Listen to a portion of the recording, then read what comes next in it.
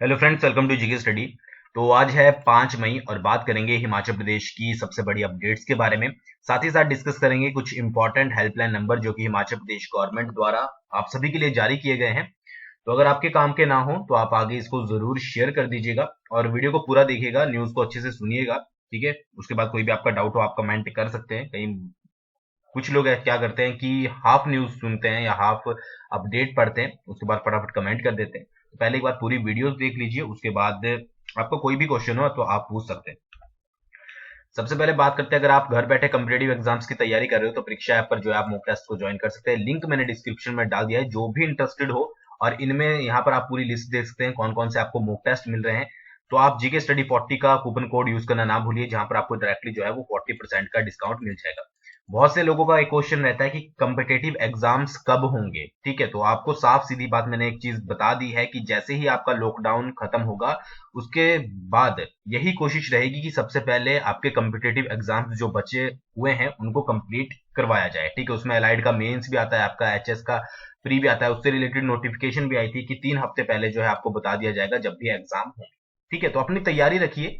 ऐसा नहीं है कि पूरे साल भर आपके एग्जाम ही नहीं होंगे, अपने तैयारी रखिए, अच्छे से रखिए, तभी जाकर जो है आपका एग्जाम क्लियर हो पाएगा। ठीक है, बाकी आप ज्यादा समझदार हो, आपको पता होगा। बात करते हैं सबसे पहले अपडेट के बारे में। तो एक्टिव केसेस की संख्या जो है हिमाचल प्रदेश में बढ़ चुकी है और ये एक बुरी खबर भी है, क्योंकि बहुत सभी लोग सोच रहे थे और हिमाचल प्रदेश सरकार की पूरी कोशिश हो रही थी कि हिमाचल को जो है वो कोरोना मुक्त किया जाए। बट हाल ही में ही जो है वो मंडी में एक केस आया है। ठीक है, अब बहुत से लोग ये बोलेंगे कि बद्दी में भी आया है, तो उसके बारे में हम आगे बात करेंगे। बट फिलहाल के लिए जो एक्टिव केसेस की संख्या है वो 2 है हिमाचल प्रदेश में। 4 को माइग्रेटेड आउट किया गया है, रिकवर्ड जो है वो 34 हुए हैं और डेथ जो है वो 1 हुई है। ठीक है, ये रिपोर्ट जो है आपकी 4 मई रात 9 बजे तक की है, ऑफिशियल रिपोर्ट है हेल्थ डिपार्टमेंट की। और बात करें अभी तक जब से कोरोना वायरस हिमाचल प्रदेश में आया है, 7,430 पर्सन को जो है वो टेस्ट किया जा चुका है, जिसमें से 7,320 जो है वो नेगेटिव आपके निकले थे और 69 की रिपोर्ट जो है अभी वेटिंग में है, यानी कि आनी बाकी है। ठीक है, 4 मई की अगर बात करें तो 245 पर्सन का टेस्ट किया गया था, एक उनमें से पॉजिटिव निकला था जो कि आपका मंडी से रिलेटेड था। 175 नेगेटिव निकले थे, 69 की रिपोर्ट्स अभी पेंडिंग है। ठीक है, कहां कहां पर हिमाचल प्रदेश में टेस्ट होता है? आईजीएमसी शिमला में होता है, कसौली में होता है, टांडा में होता है, पालमपुर में होता है और आपका नहरचौक मंडी में होता है। अब यहाँ पर जो है पहले आपकी बहुत सारी डिस्ट्रिक्ट जो है वो कोरोना फ्री हो गई थी, बट अब जो है वो एक केस सिरमौर में बचा है। ठीक है, एक्टिव केस जो पहले भी था, और अब मंडी में जो है वो एक्टिव केस एक आपका बढ़ गया है। ठीक है, पहले मंडी जो है वो पूरी तरह से आपका ग्रीन में शामिल हो गया था और कोरोना फ्री था, बट अब जो है वो एक केस आ गया है। बात करते हैं अगले अपडेट की। तो कोरोना के बीच जो है आपकी भारत देश में एक नई महामारी जो है वो फैली है। तो असम में जो है एक अफ्रीकी स्वाइन फ्लू आया है, जो कि 306 गांव में 2500 सुअर उससे मारे गए हैं। ठीक है, तो क्या पूरी ये रिपोर्ट है, एक बार इसके बारे में मैं आपको बता देता हूं। तो कोरोना महामारी से जूझ रहे भारत के लिए एक और महामारी की बुरी खबर है। असम के रास्ते देश में पहली बार अफ्रीकन स्वाइन फ्लू ने दस्तक दी है। इस बेहद खतरनाक संक्रामक बीमारी के कारण असम में 306 गांव में अब तक 2500 सुअरों की मौत हो चुकी है। ठीक है, यह संक्रमण इतना खतरनाक है कि इससे संक्रमित सुअरों की मृत्यु दर जो है वो 100% है। ठीक है, यानी कि जिसको हो गया उसने मरना ही मरना है।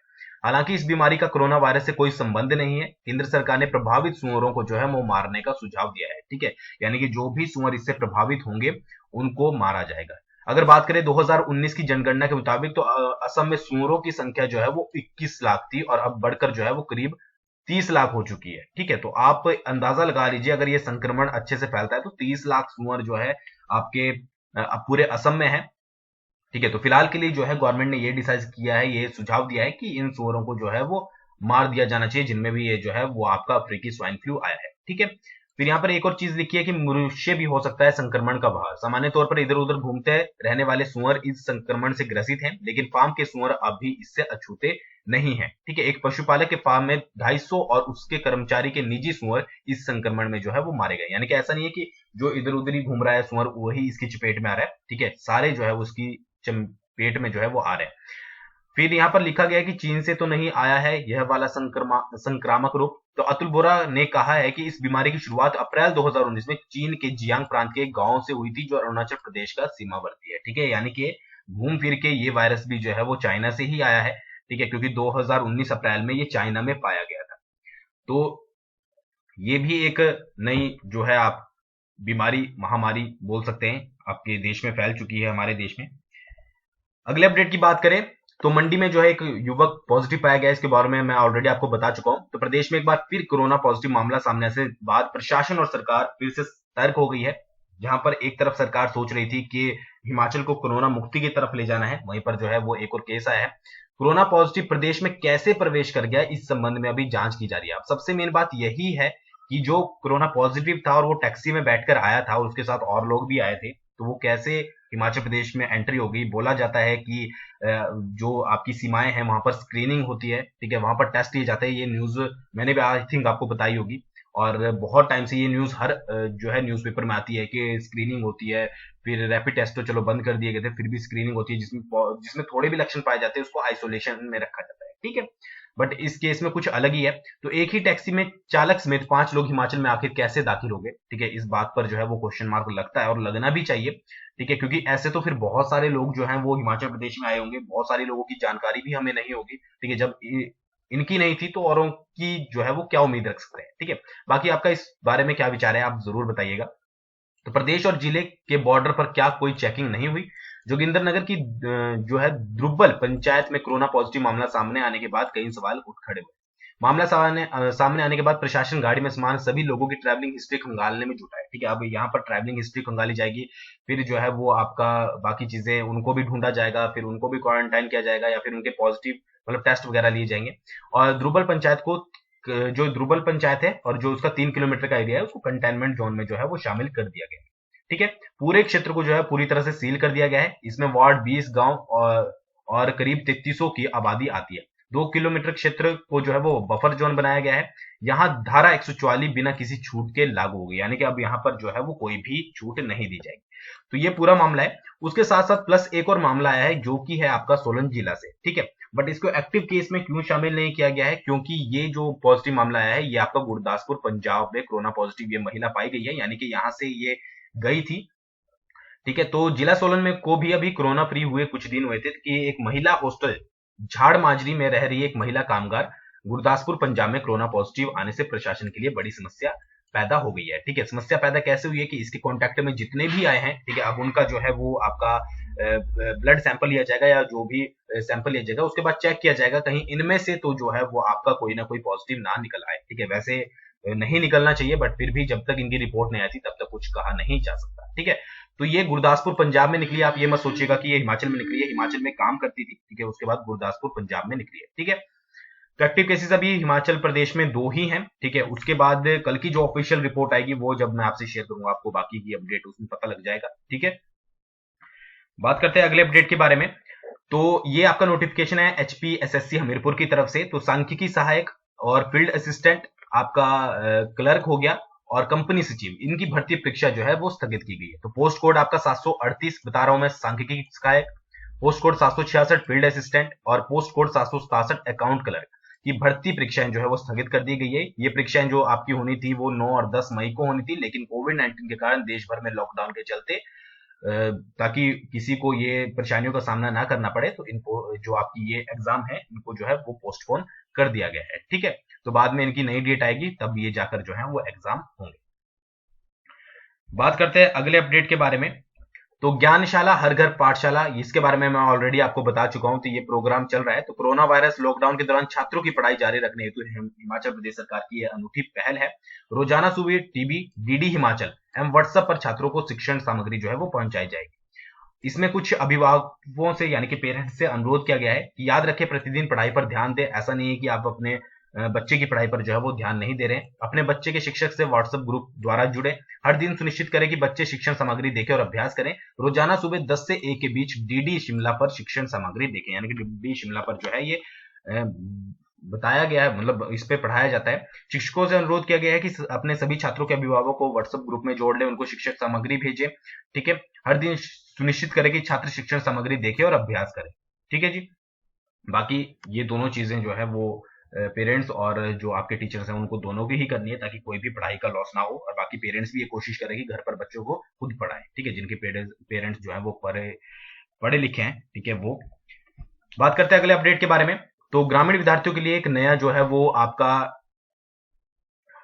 प्रोजेक्ट सोच लीजिए एक तरह से शुरू किया गया। तो ग्रामीण विद्यार्थियों को शैक्षणिक कौशल को बढ़ावा देने के लिए इलेक्ट्रॉनिक्स और IT मंत्रालय ने CSC ओलंपियाड को कार्य सौंपा है। इसके माध्यम से बच्चे अपने घर पर ही ऑनलाइन शिक्षा प्राप्त कर सकेंगे। ग्रामीण विद्यार्थियों के लिए CSC में जाकर ग्रामीण क्षेत्र के बच्चे को अपना रजिस्ट्रेशन करवाना होगा। इसके लिए केंद्र सरकार की ओर से 125 रुपए फीस जो है वो निर्धारित की गई है। तीसरी से लेकर 12वीं तक कक्षा के लिए बच्चे जो है अपना रजिस्ट्रेशन करवा सकते हैं। CSC की ओर से रजिस्ट्रेशन करने की प्रक्रिया शुरू कर दी गई है। रजिस्ट्रेशन होने के बाद CSC की ओर से ID और पासवर्ड दिया जाएगा। कंप्यूटर पर ID और पासवर्ड के साथ वेबसाइट, आपको ये पूरी वेबसाइट दी गई है, इस पर आपको लॉगिन करना है और विभिन्न प्रतियोगी परीक्षाओं से रिलेटेड संबंधित और कक्षा से संबंधित अध्ययन जो है इस पर किया जा सकता है। ठीक है, तो 125 रुपए फीस इसकी रखी गई है और ये प्रोजेक्ट है आपका ओलंपियाड। ठीक है, बच्चों के लिए शुरू किया गया है। जो भी इंटरेस्टेड हो इस पर जो है अपना रजिस्ट्रेशन कर सकता है। बात करते हैं अगले अपडेट के बारे में। तो ये एक अपडेट नहीं है, ठीक है, ये कुछ इंपॉर्टेंट चीज है जो मैं आपसे शेयर करना चाहता हूं और आपको सावधानी इसमें बरतनी भी चाहिए। ठीक है, तो ये मुझे पोस्ट मतलब एक तरह से न्यूज ही समझ लीजिए, लगी मुझे अच्छी, जो कि आपसे शेयर करनी चाहिए। देखिए 18 मई तक जो है वो थोड़ी ज्यादा सावधानी बरतने की जरूरत है। ठीक है, बाहर ना निकले। 18 मई तक अधिक सावधानी की जरूरत है क्योंकि कोविड-19 का सबसे कठिन समय जो है अब शुरू हो गया है। 2 सप्ताह तक जो है वो वायरस का चरम काल होगा, इसलिए घर से बाहर बिल्कुल ना निकले। इसमें आपकी सुरक्षा है। ठीक है, आने वाले दिन क्या हो सकता है इसके लिए खुद को भी तैयार कर लें। आने वाले दिनों की तस्वीर ऐसी हो सकती है। तो यहाँ पर यह बताया गया है कि क्या सिचुएशन जो है आ सकती है। ठीक है, जो आपका कोरोना वायरस है, 18 मई तक 2 सप्ताह का लॉकडाउन क्यों बढ़ाया गया है? क्योंकि बहुत ज्यादा इसके फैलने के चांसेस हैं और आप अगर रिपोर्ट देख रहे हो, डेली न्यूज पढ़ते हो तो आपको पता भी होगा डेली केसेस जो है वो दिन पर दिन बढ़ते जा रहे हैं। ठीक है, अब ऐसे में बहुत सारी स्थितियां जो है वो उत्पन्न हो सकती है, बहुत सारी सिचुएशन आपके सामने आ सकती हैं। उन सिचुएशन को यहाँ पर दिखाया गया है, तो आप एक बार इसको जरूर इस बारे में सोचिएगा। अगर आप थोड़ा लाइटली ले रहे हो या फिर कोई आपके साथ ऐसा है जो लाइटली लेता है इस चीज को, बाहर चले जाते हैं, ठीक है, घूमे आते हैं या फिर कुछ नहीं होगा, ठीक है, ये चीज। तो संक्रमण का बढ़ना, जैसे जैसे दिन गुजरेंगे नए पॉजिटिव केस आएंगे, लोगों के लिए संक्रमण का खतरा और बढ़ेगा। ठीक है, अगर आपको यहाँ पर दिख नहीं रहा है तो आप सुन लीजिएगा। इसलिए घर के अंदर रहना जो है वो बहुत जरूरी है। सभी मामले आ जाएंगे सामने। 2 सप्ताह का यह समय वायरस का चरम काल होगा। इस दौरान वायरस के ज्यादातर मामले जो है वो सामने आ जाएंगे। अगर लोग खुद को घरों में सीमित रखते हैं तो 18 मई के बाद अगले 2 सप्ताह शांत होंगे और उसके 2 सप्ताह बाद वायरस का ग्राफ जो है वो नीचे खिसकने लगेगा या नीचे आने लगेगा। सकारात्मक रहें, यानी कि पॉजिटिव रहें। हर किसी को सकारात्मक रहना जो है, सकारात्मक रहना जो है वो एक सैनिक की तरह पूरी स्थिति के लिए तैयार रहना होगा। ठीक है, पॉजिटिव भी रहना है आपको और एक सोल्जर की तरह आपको एक बैड सिचुएशन के लिए भी तैयार रहना पड़ेगा। अपने परिवार के बारे में सोचना शुरू कर दें कि अगर हम में से कोई संक्रमित होता है तो क्या करेंगे। ठीक है, अब ये सिचुएशन जो सेकंड वाली है ये बहुत से लोग सोचते नहीं है। ठीक है, कि अगर आप कोरोना पॉजिटिव हो जाते हो, उसके बारे में मैं अभी आपको अगली स्लाइड में बताऊंगा कि क्या क्या सिचुएशन जो है वो हो सकती है। तो टेस्ट के लिए जाने से पहले अपनी कीमती वस्तुओं को लॉकर में या सुनिश्चित स्थान पर रख दें। पूरे घर को अच्छी तरह से बंद कर दें क्योंकि अगर टेस्ट पॉजिटिव आता है तो घर के सभी सदस्यों को आइसोलेशन वार्ड में रहना पड़ेगा। अगर आप टेस्ट के लिए जाते हो, आपका पॉजिटिव आ जाता है, तो फिर आपको जो है वो वापसी नहीं आने दिया जाएगा। ठीक है, बात करते हैं कि किस तरह की सिचुएशन या परिस्थितियां जो है आपके सामने आ सकती हैं। ठीक है, 3 तरह की सिचुएशन या परिस्थितियां आपके सामने आ सकती है। सबसे पहली सिचुएशन आएगी जब घर के मुखिया को आइसोलेशन वार्ड में भर्ती होना पड़ेगा। ठीक है, अगर आपका घर का मुखिया आइसोलेशन वार्ड में भर्ती होता है, पॉजिटिव पाया जाता है, तो अपने साथ क्या क्या ले जाना है इसकी एक लिस्ट बना लें। 14 दिन बदलने के लिए कपड़े, मोबाइल चार्जर, ईयरफोन्स और नियमित दवाइयां साथ लें। नगद या कार्ड जिससे भी आपको भुगतान करना है उसकी व्यवस्था कर दें। मेडिकल इंश्योरेंस पॉलिसी जो है आपको साथ रखनी है। आपके बिना घर कैसे चलेगा इसकी व्यवस्था करें। कुछ खाली चेक भी साइन कर दे सकते हैं या पत्नी तथा परिवार के सदस्यों के साथ एटीएम पिन जो है वो साझा कर सकते हैं। ठीक है, मतलब आपको अगर आप आइसोलेशन में जा रहे हो तो पूरी सिचुएशन पहले ही समझ कर जानी पड़ेगी। अगर कोई पालतू जीव है तो ये आप कहीं पर भी रख सकते हैं, अपने पड़ोसी वगैरह के। ठीक है, दूसरी है जब आइसोलेशन में घर के मुखिया की मौत हो जाए। ठीक है, अब दोस्त पहली सिचुएशन तो थी कि 14 दिन के लिए आप आइसोलेशन में गए। उसके बाद है, ठीक है, कि अगर डेथ हो जाती है, ठीक है, तो सबसे पहले चीज ये याद रखिएगा, शव परिजनों को नहीं दिया जाएगा। इसे सीधे अंतिम संस्कार के लिए भेज दिया जाएगा। संक्रमण की वजह से मृतक की पत्नी से मिलने भी परिजन जो है वो नहीं आएंगे। ठीक है, तो ये आप अगर इस चीज को ध्यान से सोचें तो ये बहुत बड़ी सिचुएशन है। ठीक है, वर्स्ट सिचुएशन हो जाती है ये कि शव जो है वो परिजनों को नहीं दिया जाएगा और जो अगर मुखिया की मौत हो जाती है तो उसकी पत्नी से भी मिलने जो है परिजन नहीं आए जाएंगे।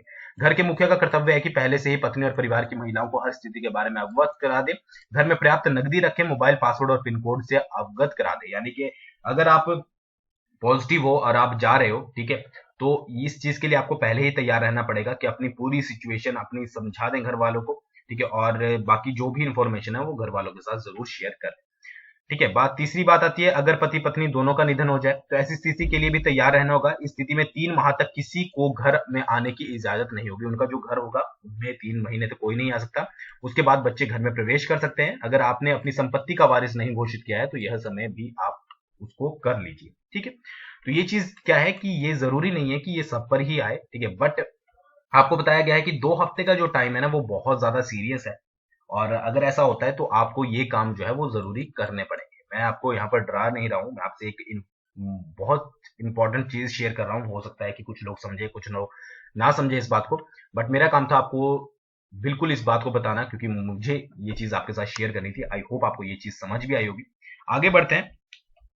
अगर कोई महिला घरेलू हिंसा से पीड़ित है तो यहाँ पर व्हाट्सएप नंबर दिया गया है, उस पर डायरेक्टली शिकायत दर्ज करवा सकती है और उसकी शिकायत के खिलाफ जो है वो एक्शन भी लिया जाएगा।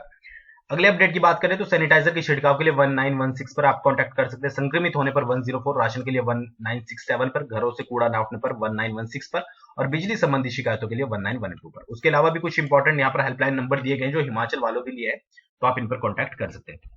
बात करें मोस्ट इंपॉर्टेंट हेल्पलाइन नंबर की, तो टोल फ्री नंबर है आपका 1070, ठीक है, इस पर आप कांटेक्ट कर सकते हैं। अगर आप चंडीगढ़ में हो, वैसे मैक्सिमम स्टूडेंट जो है वापस आ चुके हैं, तो वहां पर इनके लिए कॉन्टैक्ट नंबर दिया गया है। दिल्ली वालों के लिए जो है यहाँ पर कॉन्टैक्ट नंबर दिया गया है।